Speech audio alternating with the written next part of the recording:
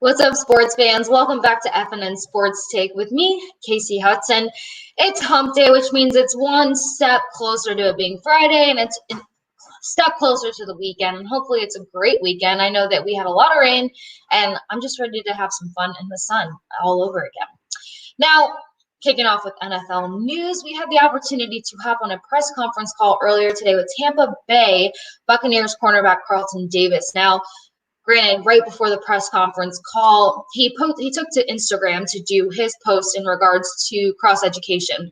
I say cross-education because we know a lot of Black athletes are now taking the opportunity to kind of express themselves on social media, to put out a more descriptive explanation as to why they feel the way that they feel so that they can be more understood.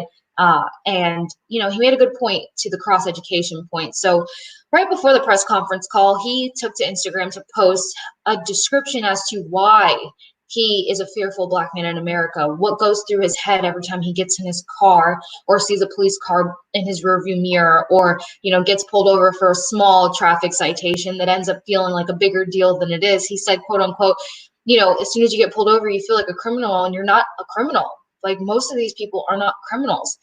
He also described in detail, a situation that he got into with his brother and two other friends where they got pulled over for a traffic citation, and they ended up getting held at gunpoint just to be yelled at for doing something wrong in the car, and it wasn't even on a criminal level.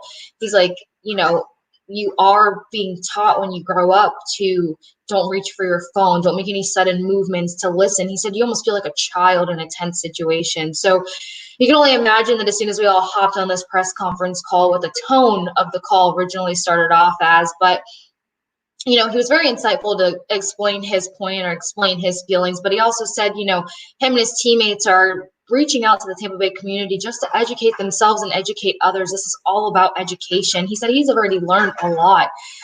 They sat down with police officers as well as judges in Tampa Bay to, excuse me, guys, I have a puppy and she gets very restless, but to sit down with them so that, they can see where they're coming from when they approach a situation as to why they might feel a certain way when they get into this situation. So it was very insightful to hear his point of view and to just hear how educated he's already become from another perspective and what he had to say in terms of, how he grew up and whatnot.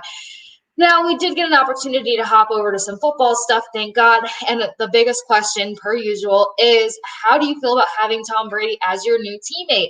And of course, as everyone else has said, I'm ecstatic. He's the GOAT in my book. Well, I think he's the GOAT in a lot of people's books, but to hear a defensive player's point of view was obviously fantastic, because we know that the Bucs defense is young. We know that they are very dominant.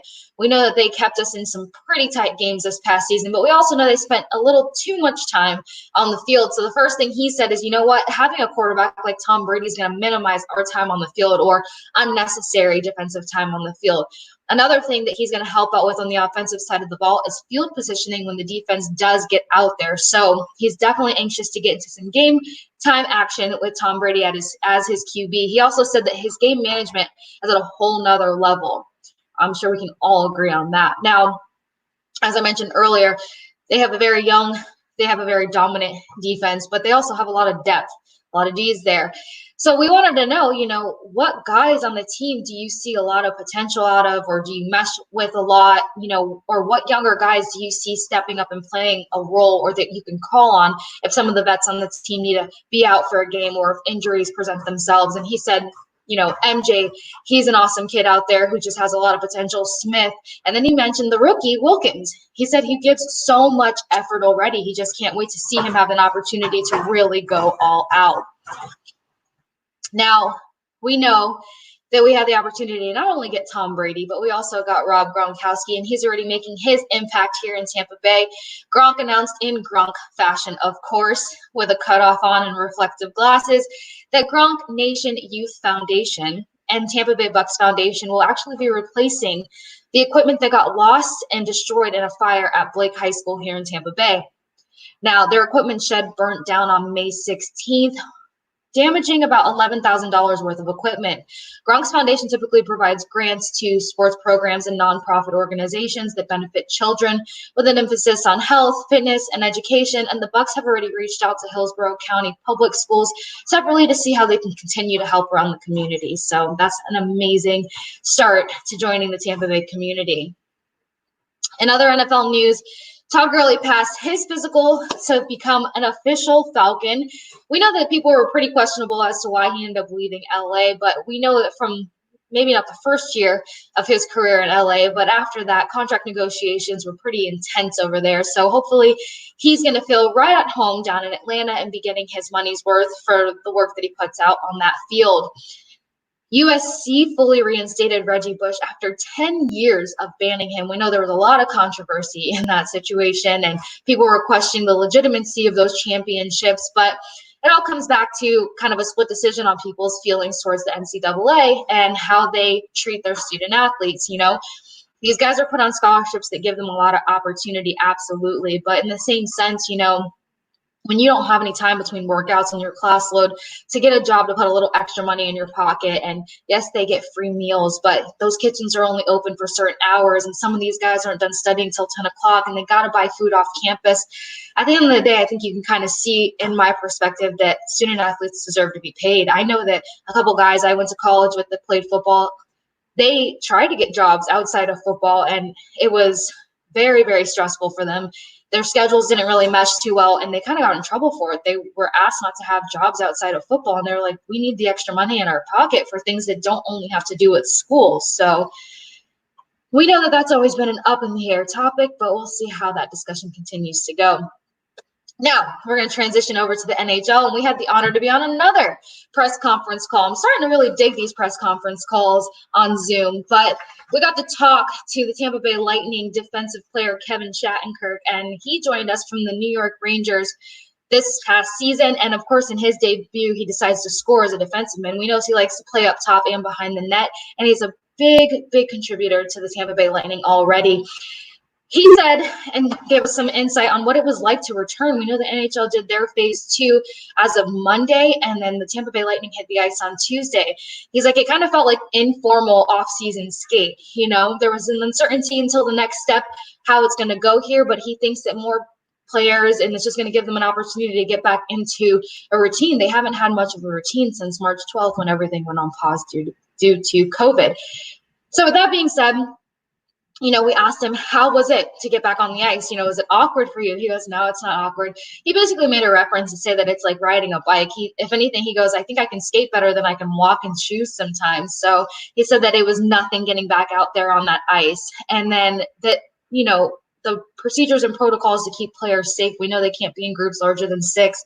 And as for that, he said, you know what, it actually went quite smooth. They check their temperature as they approach the ice, when they get off the ice.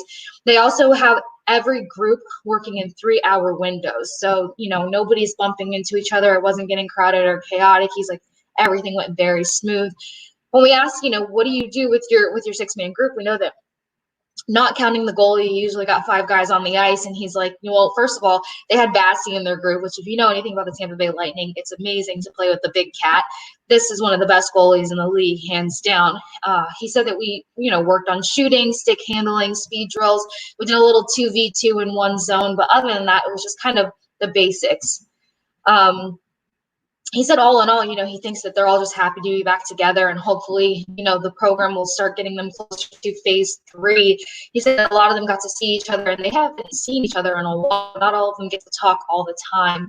As for what phase 3 is supposed to look like, it's going to really involve the training camp aspect that the NHL has talked about before heading to playoff. And I'm sure that they have to see how phase 2 goes for a couple of weeks, but they're saying hopefully phase 3 will come about mid-July. So the last question we got to ask Shattenkirk was, you know, what are your priorities leading into playoffs? And he's like, honestly, it's just really getting the feel back with the guys. And, you know, what I wanted to ask, but the press conference kind of closed a little early, is we have a few new additions to the Tampa Bay Lightning that we traded in for right before COVID. And we know that Coach Cooper is known for shuffling his lines a lot. So with that being said, you know, not having that opportunity to get these guys together on a consistent basis to keep practicing and getting Cooper an opportunity to really see what lines he loves the most.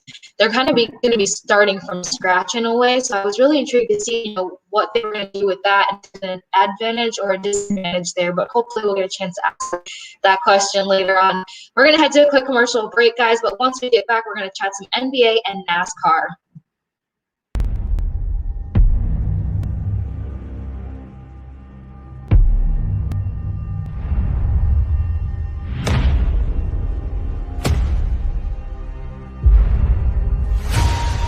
All this time we fought side by side. We trained together.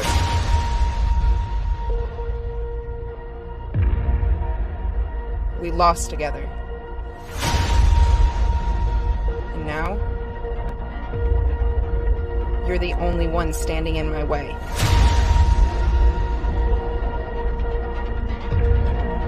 It's been a while, old friend.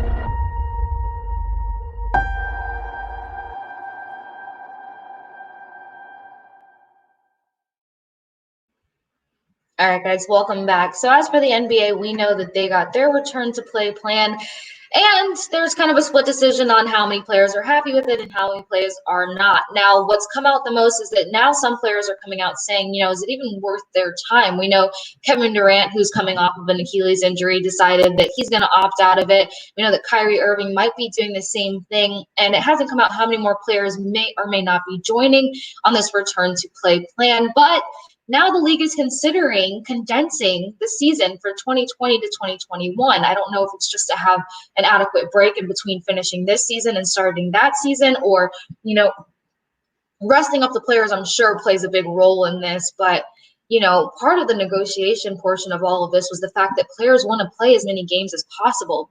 Players are opting out right now because they feel like it's not worth their time to go and play just a couple more games before heading into another season. So let us know you guys' feedback. Is that worth even continuing to go down to negotiate or consider? Like, would it, when we finally get sports back, would it suck to have a whole season condensed, or would it be beneficial to the players, to minimize taxation on their body?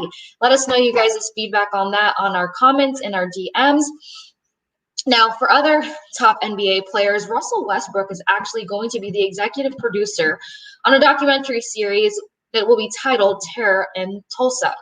This is going to be regarding the 1921 Tulsa Race Massacre, which I'll probably just leave that at that. If you want to take a minute to Google it or research it and just kind of see where he's probably going to be coming from angle-wise on this whole production, then I advise you to do so. But once we get more information on kind of a release time frame on that, we'll be sure to let you guys know. Now, as for more change taking place, not only in our country, but our sports, NASCAR, we mentioned, already had an emotional Sunday where the president came across the microphone and let everyone know that they were going to take a moment of silence for everything taking place in this nation. He also made a very, very strong point to say that NASCAR will not be condoning racism. They will not be allowing fans to condone it. They will not be allowing competitors to condone it. Well, it's about to potentially go a step further. If you didn't know, 5 years ago, NASCAR actually banned the Confederate flag from being the representation of NASCAR. Well, Bubba Wallace, when he actually had an opportunity to not only catch his breath, but kind of, grasp everything that he was feeling emotionally, because it's been an emotional roller coaster for a lot of people, he finally decided to speak out and say, he doesn't feel like Confederate flag should be welcome in NASCAR at all. Well, I got a lot of backup on that from all kinds of people, all kinds of backgrounds, saying, you know what, the Confederate flag can actually come off quite tense and quite intimidating. It may not mean the same thing to everybody, but it does have one solid overall meaning, which means the old ways of the South. And if we are about to be a new nation heading in a new direction, then the old ways of the South can't really be held to such a high standard of honor, could it now? We don't know what the negotiations have been thus far, but we know that NASCAR is very on board with not having any sort of intimidation or tension there that's going to make people feel unwelcome or unworthy of being on the grounds. Bubba Wallace also remodeled his car to have a new look on there. It's a black hand holding a white hand, and of course, hashtag Black Lives Matter is on the side. NASCAR has a lot of backup from some of their top racers like Jimmy Johnson as well as Bubba Wallace and a few other top names. We know Kyle Busch has been amongst conversation to pushing that change has to happen all over. But if they had the Confederate flag taken off of being their representation or main representation 5 years ago, I don't think it'll be too much pushback as within the staff of NASCAR, but we don't know how the fans are going to react to this. So when we find out more, you guys will find out more, but they want to create a friendly atmosphere that's inviting to everyone. Now, other big news in NASCAR is they're not only discussing, but they're saying that they will have fans back in their stands, and I'm sure those racers are extremely excited because we know the past few victors have said, look, it's been super weird to hop out of that car and not hear the fans roaring, not be able to gauge your team's reactions. Now everyone's still going to have to be masked, so they're not going to get the team reaction the way that they want to, but they'll at least be able to get that roaring in the stands that they're all dying to hear again. So as of June 21st, and what better place than Talladega, they will be honoring and allowing 5,000 fans to watch the race in Talladega. So that's amazing news for NASCAR. Stick with us, guys, as we have one more commercial break, and then we come back and break down some MLS and MLB. I'm not picking it up. You pick it up. I'm not picking it up. Well, somebody's got to pick it up. I'll pick it up. They're clean. 'Cause my hand is clean. Oh, yeah, I'm Charmin clean. That's how I know they're clean. Charmin Ultra Strong is woven like a washcloth and just cleans better. Yeah, I'm Charmin clean. The kid does have a point. My hand is clean. Yeah. Enjoy the go with Charmin. And for an extra clean finish, try Charmin Flushable Wipes.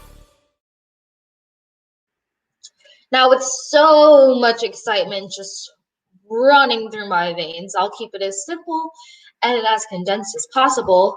The MLS is back, guys, returning with 54 matches, 26 teams, 6 groups, and it's all kicking off July 8th through August 11th. Of course, they're doing tourney style, like we mentioned, and they will also be heading to Orlando, Florida to get their season back up and running. But guys, soccer is officially back, not just across the pond, but here. And not just the National Women's League, but all of our soccer teams are now back in action. So I'm really excited to have those games back and to be watching that tournament style run out. I'm pretty sure a lot of these guys feel like they're back in like U15, U16, U17. If you ever played soccer, you know what that is. Or if you watch it addictively enough, then yeah, you should know.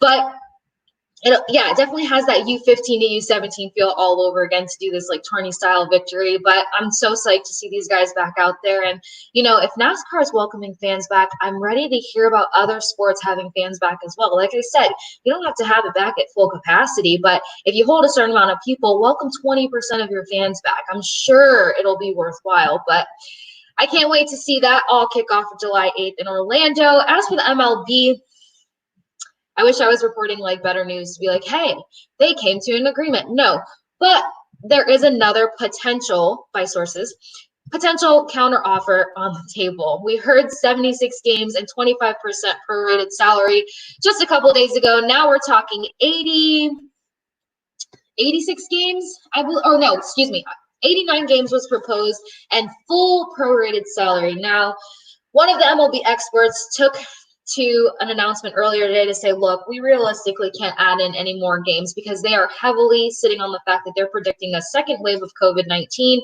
to take place, and they don't want to lose out on the money if they put front more games than they really think they can get through. Also, if they add in too many games, they're not going to wrap up their season until September, which means, postseason in October, and that's just excessive, and it's going to really cause too much of an impact to the 2020 and 2021 season. So more than likely, that possible counteroffer is not going to be negotiable or even worth discussing further. But I'm sure the players will like the full prorated salary. But as for the amount of games, they might be kicking that idea back and forth just a little bit further. But guys, like I mentioned on Monday, they're literally running out of time. Like right there out of time. Better news for the MLB is the fact that tonight, as of an hour and a half ago, the MLB draft round 1 kicked off. And so, a lot of these players, it's going to be very similar to the NFL draft. It's going to be exciting to find your new home, but I don't know how quickly they'll be relocating. Definitely faster than the NFL players got an opportunity to. But good luck to all those gentlemen that get selected tonight. And good luck to all those guys who are looking to start the next chapter of their life and their career with the MLB. Now for just a little bit more soccer, because we know that I love my soccer. The German Cup semifinal was earlier today.